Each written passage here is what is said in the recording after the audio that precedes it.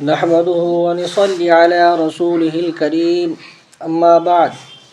أعوذ بالله من الشيطان الرجيم بسم الله الرحمن الرحيم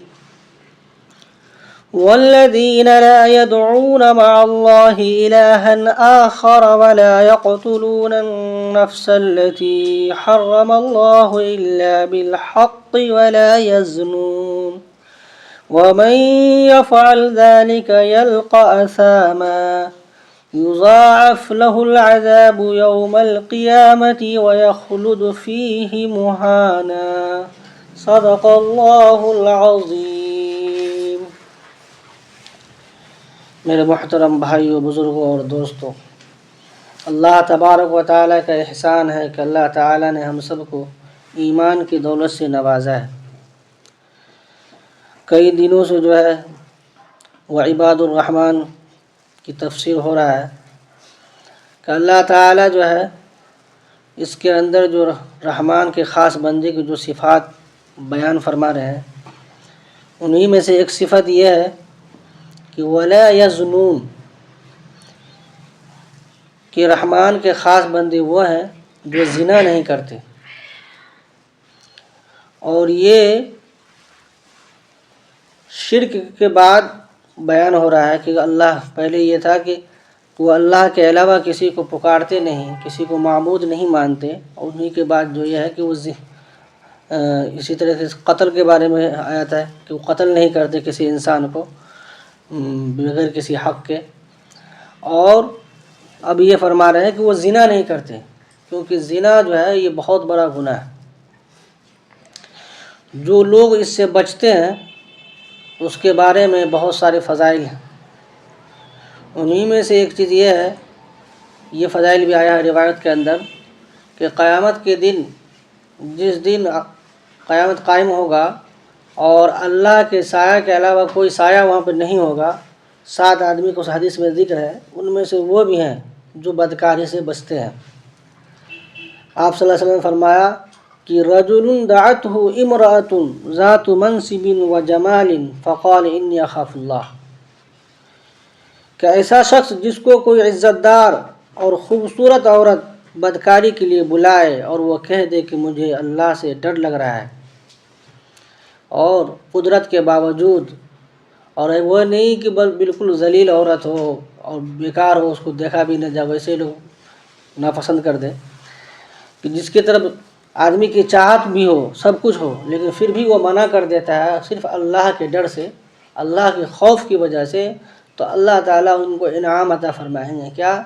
کہ جس دن کوئی بھی سایہ نہیں ہوگا اس دن اللہ تعالیٰ ان کو اپنے سائے میں جگہ عطا فرمائے گے۔ اور سورہ مومنون کے اندر ایمان والوں کی صفات بیان فرماتے ہوئے اللہ تعالیٰ نے فرمایا کہ والذین هم لفروجہم حافظون، کہ وہ اپنی شرمگاہوں کی حفاظت کرتے ہیں، تو ان کے بارے میں آخر میں فرمایا کہ اولئک هم الوارثون الذین یرثون الفردوس هم فیہا خالدون، کہ وہ جنت الفردوس کے وارث بنیں گے۔ فردوس یعنی جنت کا جو اعلیٰ مقام ہے، ان کا اللہ تعالیٰ ان کو وارث بنا دیں گے اور اس میں وہ ہمیشہ رہیں گے۔ ایسے ہی قرآن میں بہت سی جگہوں پہ ایسے لوگوں کو جو اپنی شرمگاہوں کی حفاظت کرتے ہیں اور ایسے برے کام نہیں کرتے ہیں، اللہ تعالیٰ کا انعام ہے۔ اور ایک حدیث میں تو آپ صلی اللہ علیہ وسلم نے فرمایا ایک روایت کے اندر کہ جو مجھ سے 6 باتوں کی ضمانت لے لے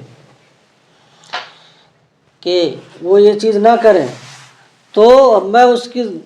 ضمانت لیتا ہوں کہ اپنی ضمانت میں ان کو جنت میں داخل کرواؤں گا۔ تو صحابہ لوگوں نے عرض کیا کہ وہ 6 باتیں کیا ہیں؟ تو آپ صلی اللہ علیہ وسلم نے فرمایا 6 باتیں وہ یہ ہیں کہ جب بات کرے تو سچ کہے، جھوٹ نہ بولے، ہے بھائی، جب بات کرے تو سچ کہیں، جب وعدہ کرے تو پورا کرے، جب امین بنایا جائے تو ادا کرے، جو اپنی نگاہ نیچی رکھے اور جو اپنی شرمگاہ کی حفاظت کرے، اور جو اپنے ہاتھ یا اپنی ذات کو اذیت دینے سے روکے رکھے۔ یعنی اپنے ہاتھ سے بھی کسی مسلمان کو کسی کو بھی تکلیف نہ دیتا ہو اور اپنی ذات سے بھی، تو ایسے آدمی کے بارے میں اللہ کے نبی صلی اللہ علیہ وسلم فرمایا میری ضمانت ہے کہ میں اس کو جو ہے جنت میں داخل کرواؤں گا۔ اب آپ صلی اللہ علیہ وسلم کسی کی ضمانت لے کہ بھائی جنت میں داخل کرواؤں گا، یہ بات تو حقیقی کہ وہ جنت میں جائے گا ہی، اس کے جنت میں جانے کا کوئی چیز معنی نہ رہے گا۔ اسی طریقے سے ان گناہوں پر وعید بھی ہے اللہ تعالیٰ کی طرف سے کہ جو ایسا کام کرے گا تو اللہ تعالیٰ جو ہے اس کو دنیا میں بھی رسوا کرے گا اور آخرت میں بھی رسوا فرمائے۔ کیا ہے کہ ایک حدیث میں آپ صلی اللہ علیہ وسلم نے فرمایا کہ لا یزنی الزانی حین یزنی وہو مؤمن، کہ زناکار زنا کرتے وقت مومن نہیں رہتا، یعنی گناہ کی وجہ سے ایسا مومن کامل مومن نہیں رہتا، اور بحالت گناہ نور ایمانی یعنی معصیت سے بچانے پر آمادہ کرنے والی ایمانی کیفیت سے محروم ہو جاتا ہے۔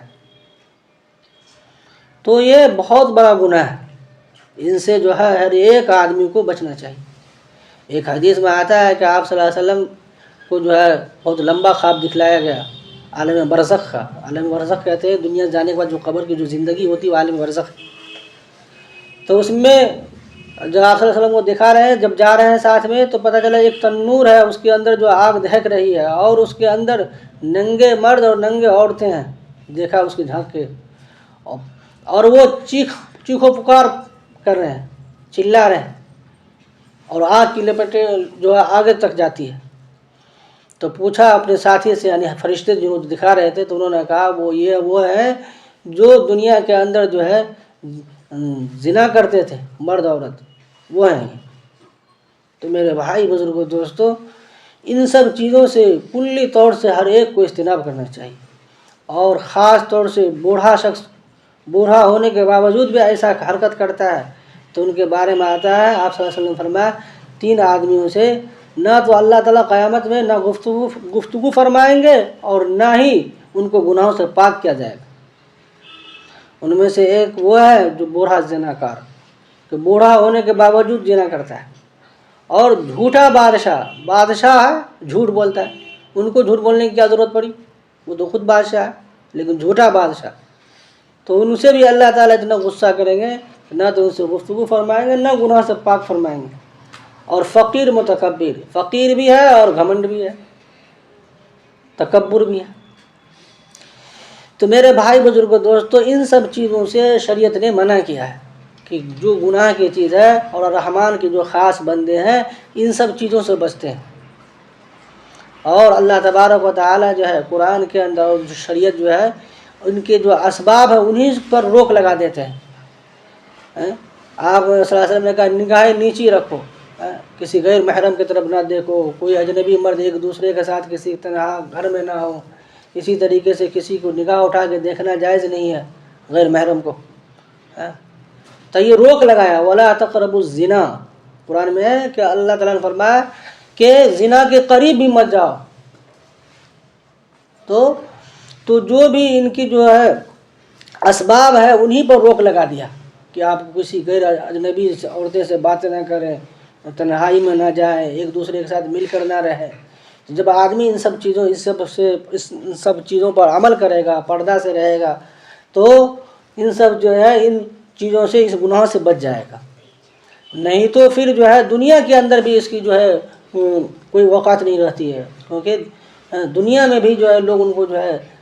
ایمان مومن کہہ کے نہیں پکارتا بلکہ زانی کہہ کے پکارتا ہے۔ دنیا میں بھی اس کی بے عزتی ہے، اور دنیا میں بھی ایسے لوگوں کو پسند نہیں کرتے۔ جو اللہ والے ہوتے ہیں ان کی قدر کرتے ہیں، جو ان سب چیزوں سے پرہیز کرتے ہیں اور ان کی ہر جگہ عزت ہوتی ہے، اور جو ان کاموں میں ملوث ہوتے ہیں دنیا میں بھی اس کی زندگی بالکل پرسکون نہیں رہتا ہے، بلکہ ہمیشہ ٹینشن میں رہتے ہیں اور ہر طرح کی بیماریاں لاحق ہو جاتی ہیں جو ایسے گندے گھنونے اور کام کرتے ہیں۔ اس لیے ان سب چیزوں سے بچنا چاہیے۔ اسی لیے اسلامی حکومت جہاں ہے وہاں پہ یہ ہوتا ہے کہ اگر کسی جو ایسا جوان ہے جو شادی شدہ نہیں ہے، اگر اس نے ایسا کام کر لیا اور اس کا جرم ثابت ہو گیا تو ان کو حکم ہوتا ہے کہ چوراہے پر لے جا کے اس کو 100 کوڑا لگایا جائے، سب کے سامنے، اور ذرا سے بھی رحم نہ کیا جائے، تاکہ لوگ دیکھیں تو عبرت حاصل کرے کہ بھائی کوئی ایسا کام مت کرنا۔ اسی طرح سے شادی شدہ ہو کر ایسا کام کرتا ہے اور ثابت ہو جائے گواہوں کے ذریعے سے، تو پھر ان کے بارے میں یہ کہ رجم کرنے کا حکم قاضی فیصلہ کرتا ہے کہ ان کو جو ہے چوراہے پر رکھ کے اتنا پتھر مارو کہ وہ مر جائے، قتل ہو جائے اس کی، جہاں اسلامی حکومت ہے۔